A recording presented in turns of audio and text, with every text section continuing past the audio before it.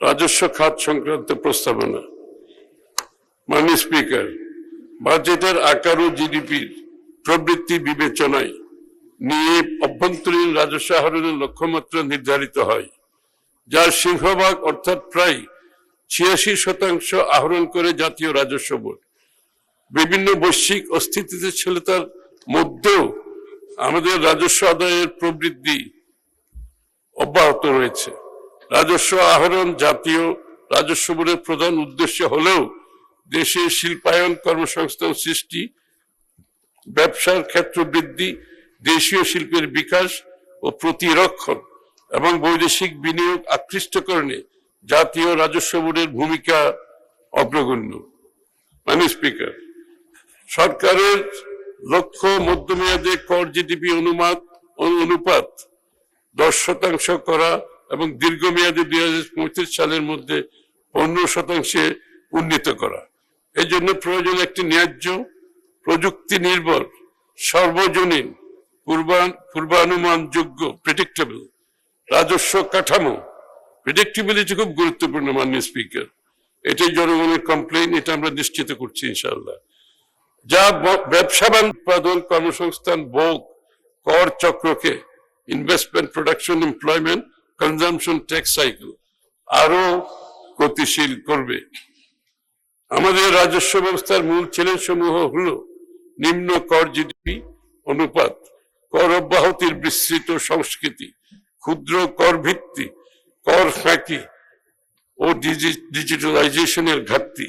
এই চ্যালেঞ্জ সমূহ বিবেচনায় নিয়ে প্রস্তাবিত বাজেটে কর ভিত্তি সম্প্রসারণ, কর ফাঁকি রোধ, কর অব্যাহতি ধীরে ধীরে হ্রাস করা এবং রাজস্ব ব্যবস্থায় এন্ড টু এন্ড অটোমেশনের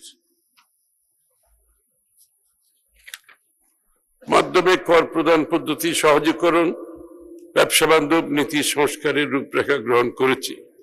অটোমেশন অত্যন্ত গুরুত্বপূর্ণ মাননীয় স্পিকার, এটার মাধ্যমে স্বচ্ছতা ফিরিয়ে আনা খুব সহজ হবে। এই বাজেট সেই দীর্ঘমেয়াদী রূপান্তরের ভিত্তি স্থাপন করবে, যা আমাদের অর্থনীতিকে আরো শক্তিশালী, অন্তর্ভুক্তিমূলক ও প্রতিযোগিতা সক্ষম করে তুলবে। আয়কর সংক্রান্ত বাজেট প্রস্তাবনা। ব্যক্তি শ্রেণীর করদাতাদের জন্য আগামী 5 বছরের জন্য প্রগতিশীল কর কাঠামো প্রস্তাব। আমরা এবার দীর্ঘ 5 বছরের ঘোষণা একসাথে দিচ্ছি, যাতে করে প্রেডিক্টেবিলিটি থাকে। করদাতাগণ যাতে ভবিষ্যতে মধ্যমেয়াদে তাদেরকে কি হারে কর পরিশোধ করতে হবে তা সঠিকভাবে প্রেডিক্ট করতে পারে, সে লক্ষ্যে ব্যক্তি করদাতাদের জন্য আগামী 5 বছরের আয়কর হার প্রস্তাব করছি। করসীমা, করমুক্ত আয়সীমা। মাননীয় স্পিকার, মূল্যস্ফীতি ও জীবনযাত্রার ব্যয় বৃদ্ধির বাস্তবতা বিবেচনায় আগামী 5 বছরের জন্য ব্যক্তি শ্রেণীর করদাতাদের নিম্নরূপ করমুক্ত আয়ের সীমা প্রস্তাব করছি। কর বর্ষ 2026-27 এবং 27-28 3,75,000 টাকা, 28-29, 29-30 4 লক্ষ টাকা, 30-31 4,50,000। এগুলো বাড়িয়ে দেওয়া হয়েছে ভবিষ্যতের ইনফ্লেশন ইত্যাদির চেষ্টা করে। কর সীমা, করমুক্ত আয়ের সীমা বিদ্যমান 3,50,000 টাকা থেকে 3,75,000 টাকা এবং পরবর্তী বছরগুলোতে ক্রমান্বয়ে করমুক্ত আয়ের সীমা বৃদ্ধির প্রস্তাব করছি।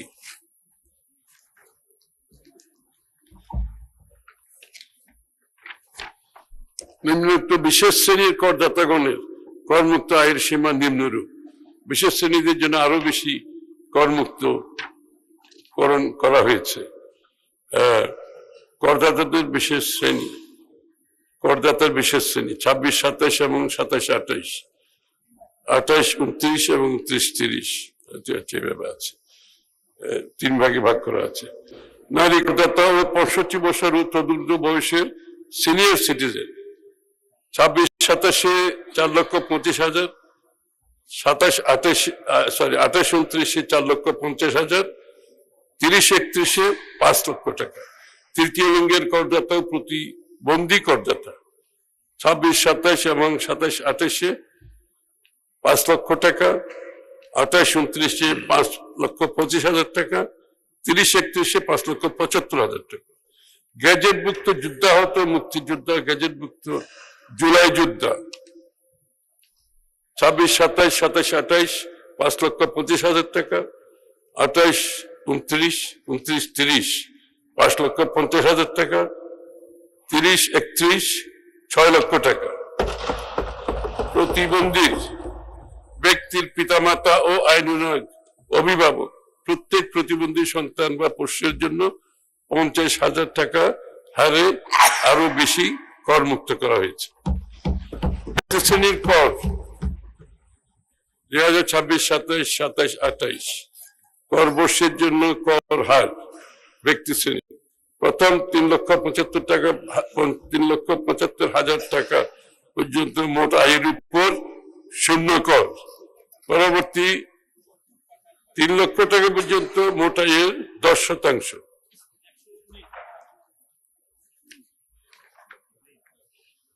পরবর্তী 40,000 টাকা পর্যন্ত, এটা ক্রমান্বয়ে যেটা বাড়ছে আমি সেটা বলছি। পরবর্তী আরো যদি 40,000 টাকা মোট, সরি 4 লাখ, পরবর্তী আরো 4 লাখ টাকা পর্যন্ত আয়ের উপর 15%, পরবর্তী 5 লাখ টাকা পর্যন্ত আয়ের উপর 20%, পরবর্তী 20 লাখ টাকা পর্যন্ত আয়ের উপর 25% উপর, এবং 35,75,000 টাকার বেশি অবশিষ্ট আয়ের উপর 30%। 28-29 এবং 29-30 কর বর্ষের জন্য কর হার প্রথম না পড়লে হয়, এটা পড়ার দরকার নেই, আছে এটা করা আছে, বলা আছে, দরকার নেই। 30-31 কর বর্ষের জন্য কর হার এটাও বলা আছে, এটা মধ্যে না হলে হয়। কর্পোরেট কর, মাননীয় স্পিকার, এবারের বাজেটে কর্পোরেট কর পরিপালন ব্যবস্থা সহজ ও ব্যবসা বান্ধব করা, অনলাইনে আয়কর রিটার্ন দাখিল ও কর পরিশোধের ব্যবস্থা করা, অতিরিক্ত নিয়মের বেড়াজাল থেকে করদাতাদের রেহাই দেওয়া, ব্যবসার অনুমোদন যোগ্য খরচ বাড়িয়ে এবং উৎসে কর কর্তন না করার কারণে খরচ অগ্রাহ্য করার বিদ্যমান বিধান বিলোপ করার মাধ্যমে করদাতার করযোগ্য আয় কমানো এবং কর দায় কমানোর ব্যবস্থা নেওয়া হয়েছে। এটা আসলে যেটা বোঝাতে চেয়েছে, ওনাদের যেগুলো খরচ, অনেকগুলো যেগুলো আগে এলাও করতে না, বিভিন্ন খরচ, এগুলো এখন এলাও করলে ওনাদের কর কমে যাবে, এটাই মিন করছে। সেই সাথে অডিটের জন্য কর মামলা নির্বাচন এবং উৎসে কর যাচাইয়ের জন্য নির্বাচনের